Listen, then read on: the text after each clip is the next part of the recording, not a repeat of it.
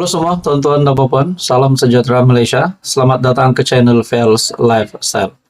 Sebelum ini kita mendengar nama Presiden PAS Tan Sri Abdul Hadi Awang yang mempertikaikan lembaga pengampunan dan akhirnya beliau disiasat.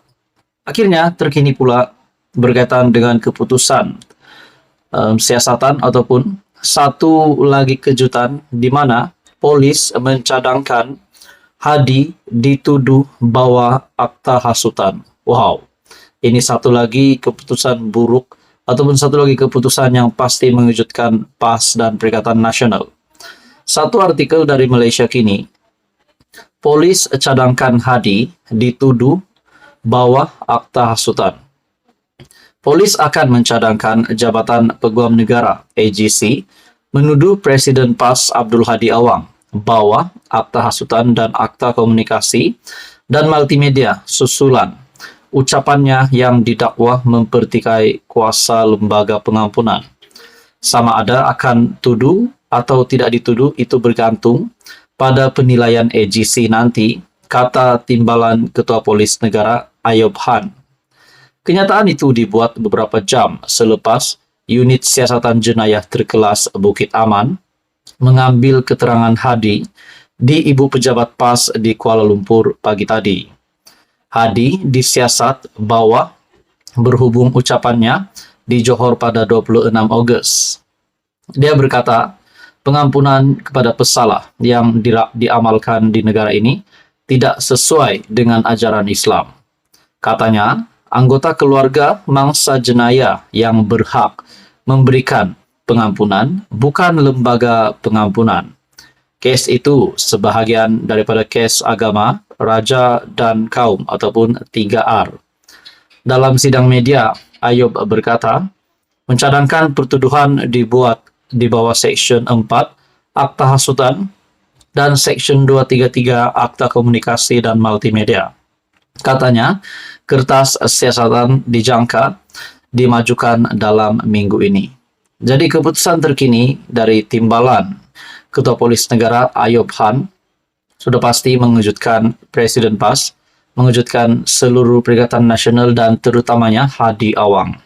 Akhirnya polis mencadangkan supaya Presiden PAS Hadi Awang dituduh di bawah akta hasutan. Dan kalau ini benar berlaku, apakah status Hadi Awang selepas ini? Adakah akan ada lebih banyak lagi keputusan buruk yang bakal menyusul nanti sekiranya benar Hadi Awang dituduh di bawah akta hasutan.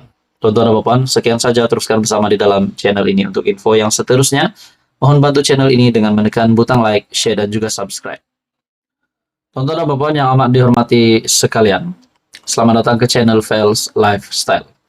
Hari ini ada satu keputusan mahkamah yang pasti menggemparkan seluruh kepimpinan politik Malaysia dan terutamanya kepada musuh-musuh Zahid Hamidi.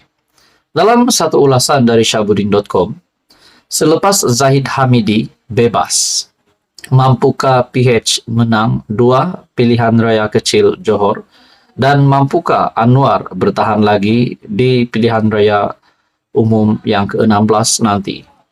Pertama-tamanya, sebelum terlupa dan agar dilihat seperti tidak sama bersyukur, ingin diucapkan tahniah kepada Timbalan Perdana Menteri Ahmad Zahid Hamidi kerana tidak lagi bergelar kluster mahkamah bermula hari ini.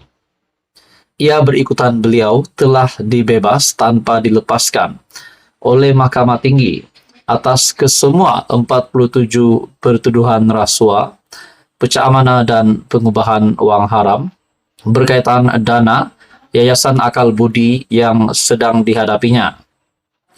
Hakim Mahkamah Tinggi Colin Lawrence Sequeira, kini Hakim Mahkamah Rayuan, membenarkan permohonan DNAA dibebas tanpa dilepaskan terhadap Zahid Hamidi yang dipohon oleh Timbalan Pendakwa Raya Muhammad Dusuki Mokhtar. Permohonan menggugurkan kes itu dibuat oleh pihak pendakwa berikutan penerimaan terhadap representasi yang dikemukakan oleh Zahid Hamidi agar kesemua kesnya digugurkan. Meskipun digugurkan, daripada semua 47 pertuduhan. Di NEE yang diputuskan itu bermakna Zahid Hamidi masih boleh didakwa di lain masa jika didapati ada bukti-bukti baru diperolehi oleh AGC ataupun pejabat pegawai negara. Tetapi logiknya selagi kerajaan perpaduan ini masih berkuasa dan Zahid Hamidi berada di jabatannya sekarang, kemungkinan untuk melihat beliau didakwa semula biasanya amatlah tipis. Sementara UMNO tentunya gembira dan bersyukur dengan tindakan pihak pendakwaan memohon pengguguran kes Zahid Hamidi. Di mata umum, ia telah dianggap sesuatu yang pelik dan dalam perbualan dengan banyak pihak, lebih ramai yang geleng kepala berbanding mengangguk setuju. Pertama, kes ini sudah berada di peringkat membela diri, di mana sebelum ini telah diputuskan ada kes prima facie oleh mahkamah. Bila ada prima facie, berarti pihak pendakwaan sudah memiliki bukti yang kukuh tentang kesalahan yang dilakukan oleh Zahid.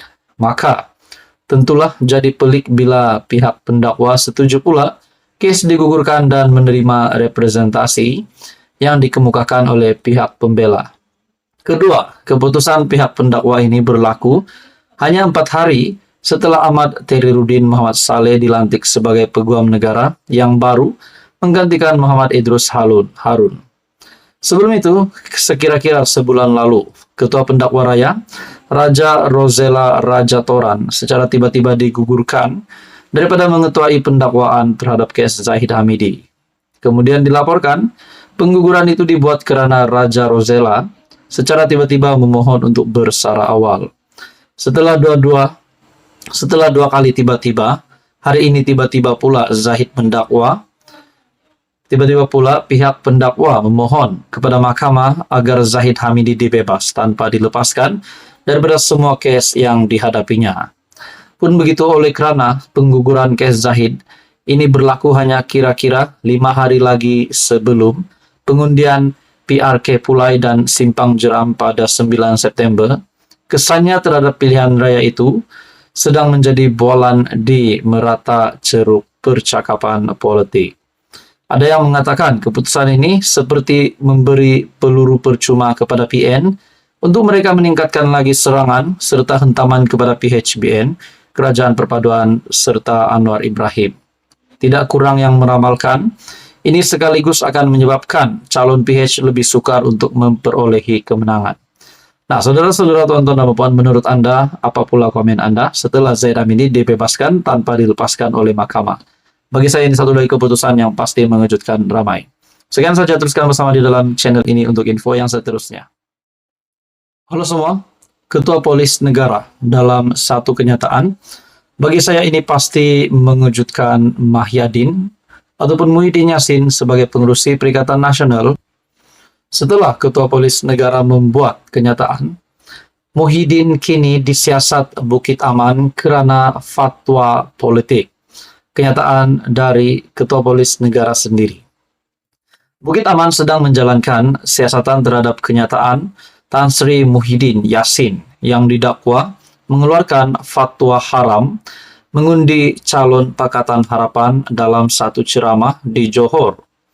Ketua Polis Negara Tan Sri Razaruddin Hussain berkata, siasatan sedang dijalankan Unit Siasatan Jenayah Terkelas USJT Jabatan Siasatan Jenayah JSJ Bukit Aman. Katanya, polis menerima satu laporan terhadap kenyataan Muhyiddin itu yang dibuat di Ibu Negara. Ya, kita ada terima satu laporan polis dan kita sudah buat siasatan.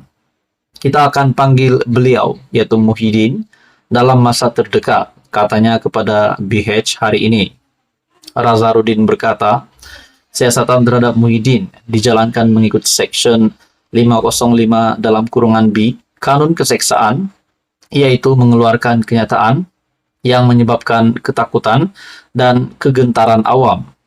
Katanya, siasatan turut dijalankan mengikut Section 233 Akta Komunikasi dan Multimedia EKM 1998. Terdahulu tular satu video dalam media sosial menunjukkan bekas Perdana Menteri dikatakan mengeluarkan fatwa haram mengundi calon PH Suhaizan Kayat.